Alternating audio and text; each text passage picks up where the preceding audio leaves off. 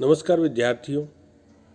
GK गोवानी government college Bhinmal से मैं doctor Mahendra Kumar Meena, assistant professor Sanskrit.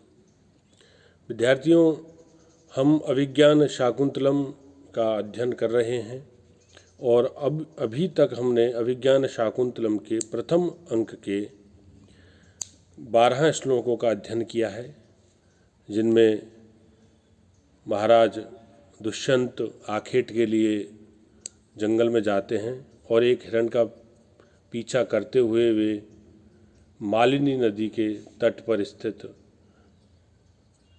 ऋषि कर्णव के आश्रम के समीप पहुंच जाते हैं और वे जिस हिरण को महाराज दुष्यंत जिस हिरण पर बाण का संधान करते हैं वह हिरण आश्रम का हिरण होता है और महाराज दुष्यंत को इस कार्य से आश्रम के जो तपस्वी हैं वे विरत करते हैं और वह कहते हैं कि महाराज, आप का जो बाण संधान है वह दुष्टों के संहार के लिए होना चाहिए, जो दया के पात्र हैं उनके ऊपर नहीं। और वे ऐसा कह करके समिधा एकत्रित करने के लिए जंगल में निकल जाते हैं और महाराज से ये निवेदन करते हैं कि वे आश्रम में पधारें और वहाँ का आतिथ्य स्वीकार करें। आश्रम के तपस्वी महाराज दुष्यंत को ऐसे गुण संपन्न चक्रवर्ती पुत्र की प्राप्ति का वर भी देते हैं, जिससे पुरोवंश का और भी मान सम्मान बढ़े।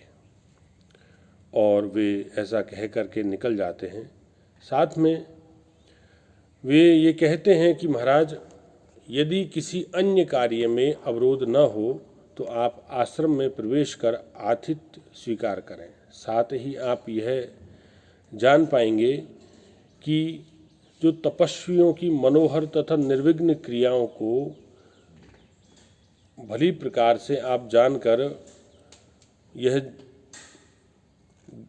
आपको ज्ञात होगा कि आपकी जो भुजाएं हैं या आपके प्रताप से यहाँ निर्विघ्न होकर के ऋषि मुनि अपनी तपस्या में लग्न है। रम्या तपोधनानां प्रतिहत विघ्नः क्रिया समवलोक्य ज्ञास्यसि कियत भुजो में रक्षति मौर्वी कीनांक इति। अर्थात ये तपस्वी कहते हैं, वैखानस है, वह कहता है कि तपस्वियों के विघ्न सहित सुंदर यज्ञ आदि क्रियाओं को देखकर प्रत्यंचा की आघात चिन्हों से अंकित जो आपकी भुजाएं हैं वो ऋषि मुनियों की कितनी रक्षा करती है, इसका भी आपको ज्ञान होगा। फिर राजा कहते हैं, अपि सन्निहितो अत्र कुलपति, क्या जो कुलपति हैं यहाँ के वे यहाँ हैं, उपस्थित हैं? तो वैखानस कहता है, इदानीम एव दुहितरम शकुंतलाम अतिथि सत्काराय नियुज्य देवम अस्याः प्रतिकूलम समयितुम सौमतीर्थम गतः।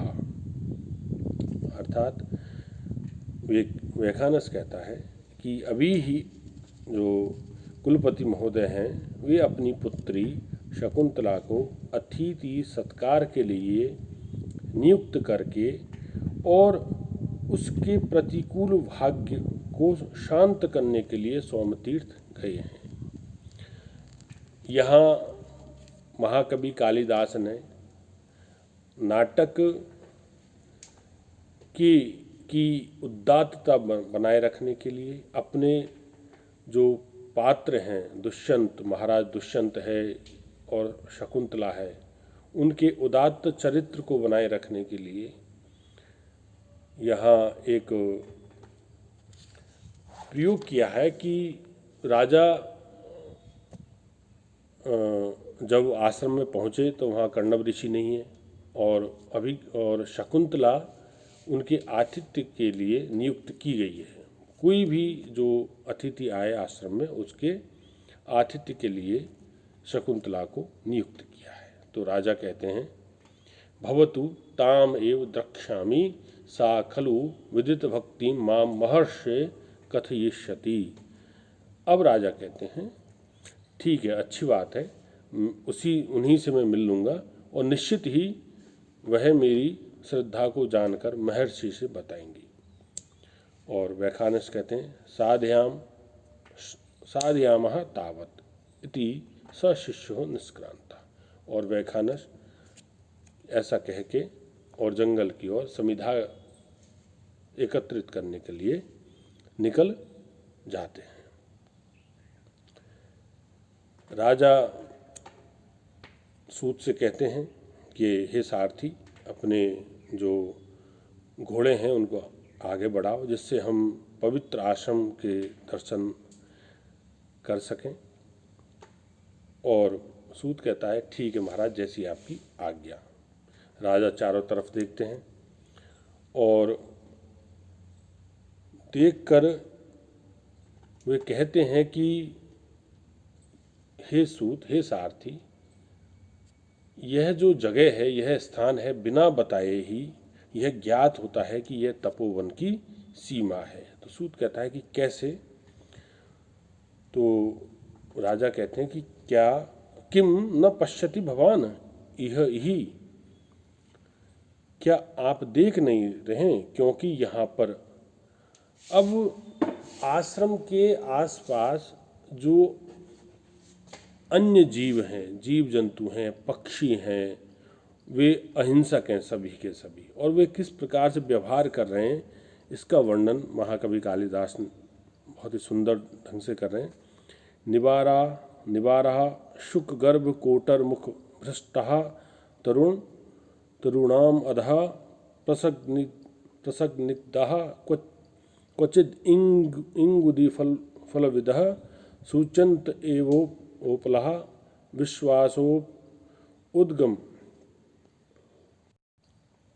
विश्वासोपगमात् भिन्नगतयः शब्दं सहन्ते मृगाः तयो तोयाधारपथाश्चला वल्कलशिखा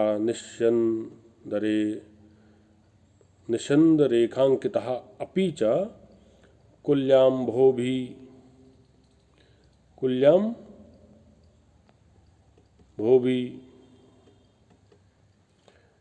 पवन चपलहि शाखिनो धोतमूलः भिन्नो रागा किसलय रुच्चामर अज्ज धूमोद्गमेन एते चार्वागु पवन भुवि विच्छिन्न दर्भांकुरायाम नष्टा शंका हरिण शशव मंदम मंदम चरंती। महाकवि कालिदास यहाँ महाराज दुष्यंत के मुख से कहलवा रहे हैं, और वो तपोवन की यह सीमा है, इसका निर्धारण किस रूप में राजा कर रहे हैं। कहते हैं कि कहीं वृक्षों के नीचे तोतों से पूर्ण कोटरों के द्वार से नीचे गिरे निवार जंगली धान्य दिखाई दे रहे हैं कि क्वचित तरुणाम अधः शुक गर्भ कोटर मुख भ्रष्टा निवारा दृश्यन्ते, और कहीं इंगुदी फलों को तोड़ने वाले चिकने पत्थर दिखाई पड़ रहे हैं। क्वचित इंगुदी फलविद प्रसिग्निग्धाः उपलः एव सूच्यन्ते, और कहीं विश्वास हो जाने से सहज निर्भय स्वाभाविक चाल वाले हिरण कोलाहल सहते हैं या धैर्यपूर्वक सुन रहे हैं। अर्थात जो हिरण किसी की पदचाप सुनते ही भाग जाते हैं, वे यहाँ हम गुजर रहे हैं और वे बिना हलचल किए अपनी घास चर रहे हैं या आराम से वे हैं। और कहीं सरोवरों के मार्ग वल्कल वस्त्रों के प्रांत भाग से गिरे हुए जल रेखाओं से चिन्हित दिखाई दे रहे हैं। अर्थात जो तपस्वी लोग नदी में स्नान करने के पश्चात अपने वल्कल वस्त्रों को लेकर आते हैं तो उनसे जो पानी चू रहा है उससे जो रास्ता बना हुआ है, अर्थात यहाँ कोई भी किसी भी प्रकार से तनाव नहीं है। और यहाँ पातंजल योग में महर्षि पतंजलि ने भी कहा है कि जहाँ अहिंसा रत रहने से प्राणी मनुष्यों के प्रति वैरभाव त्याग देते हैं और निर्भय बन जाते हैं। बिल्कुल वही जो निर्भयता है वह आश्रम के आसपास हमें दिखाई देती है। और जो तपस्वी लोग हैं वो सरोवर में स्नान के उपरांत जब लौटते हैं तब उनके वल्कल वस्त्रों के प्रांत भाग से टपकती जल बूंदों से आश्रम मार्ग निसिक्त हो जाते हैं। और यह जो काव्य है, यह जो श्लोक है, यह उत्तम काव्य का श्लोक है जिसमें वाच्यार्थ की अपेक्षा व्यंग्यार्थ अधिक चमत्कारी होता है। इसे ध्वनि काव्य भी कहते हैं। ये आनंदवर्धन ने बताया है और ध्वन्यालोक में इन्होंने बताया है। यह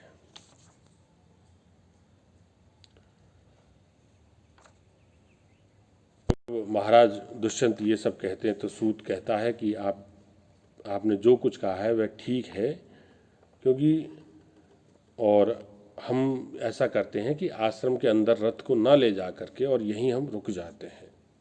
और सूत लगाम खींच देता है और वे उतर जाते हैं। और राजा कहते हैं कि हमें तपस्वियों के आश्रम में प्रवेश करने से पहले विनीत वेश धारण करना चाहिए, अर्थात जो राजोचित जो चिन्ह हैं उन्हें हमें त्याग के और साधारण वेशभूषा में हमें आना चाहिए। इस तरह महाराज दुष्यंत अपने आभूषण एवं धनुष उतारकर सारथी को सौंप देते हैं और वो कहते हैं कि जब तक मैं आश्रम से न लौटूं तब तक तुम इन घोड़ों को भी पानी पिला लो। और ऐसा कह के वे निकल जाता है। राजा परिक्रम्य अवलोक्य च, और राजा इदम आश्रम द्वारम यावत प्रविशामी और प्रविश निमित्तम सूचन, राजा घूमकर और देखकर कि यह आश्रम का द्वार है तो इसमें प्रवेश करता हूँ और प्रवेश करके निमित्त को सूचित करता हुआ शांतम इदम आश्रम पदम स्फुरति च बाहु कुतः फलम इह अश्य अथवा भवितव्यानां द्वाराणि भवन्ति सर्वत्र। इदम आश्रम पदम शांतम, यह आश्रम स्थान शांत है, अर्थात इस आश्रम के निवासी शम गुण युक्त हैं और मेरी भुजा फड़क रही है। यहाँ इसका परिणाम कैसे प्राप्त होगा, अथवा भावी घटनाओं के मार्ग सब जगह बन जाते हैं, अथवा भवितव्यानां द्वाराणि भवन्ति सर्वत्र।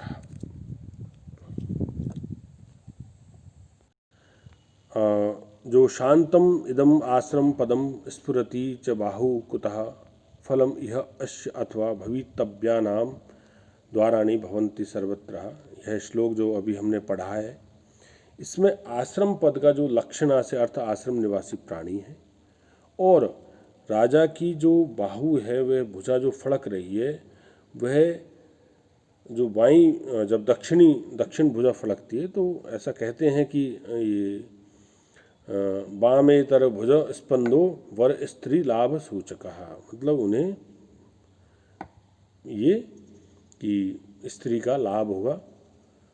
और यहाँ कथा वस्तु के बीज की वृद्धि ही परिकर है जो मुख्य संधि का द्वितीय अंग है इस श्लोक से। और यहाँ उत्तरार्ध के सामान्य से पूर्वार्ध के विशेष का समर्थन होने से अर्थांतरन्यास अलंकार है। यहाँ पहले कही गई बात का निषेध करने के कारण आक्षेप अलंकार है। प्रसाद गुण वैदर्भी रीति है। और विद्यार्थियों, इसके बाद का अध्ययन हम अगले वीडियो में करेंगे। धन्यवाद।